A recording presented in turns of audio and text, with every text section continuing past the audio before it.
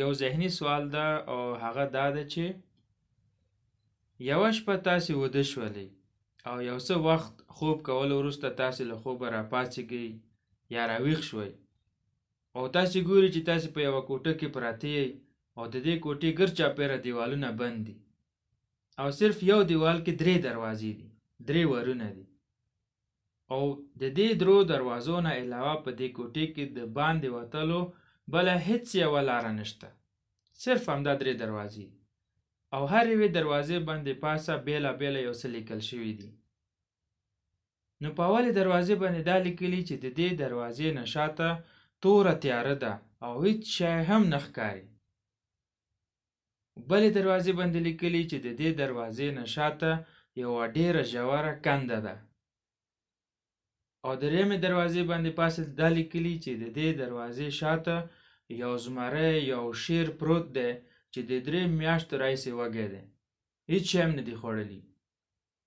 نو اوس د دې سوال دغه ده چې تاسې به په کومې دروازې باندې د باندې وتل خوښوئ او تاسې سره د دې د 3 دروازو کې یوې دروازې انتخاب لپاره صرف او صرف 20 ثانیې وخت دی.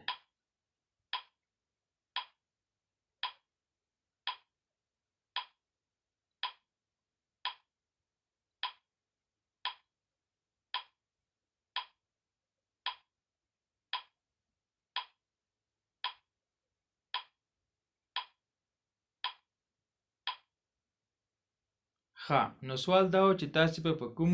ور باندې یا په کومې دروازې باندې وځئ. نو هغې سوال ځواب دا ده چې درېیمه دروازه،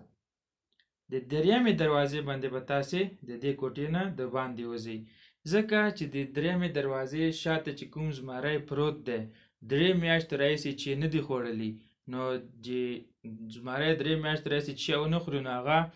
ژوندی نه پاتې کېږي، نو هغه به مړ وي او په لاره باندې به تاسې تک کوم پرابلم نه وي یا څه مسله به نه وي. نو دا و د دې سوال ځواب او د دې سوال کې کوم ورډز مینینګ چې دي هغه ګورو. هغه دا دي چې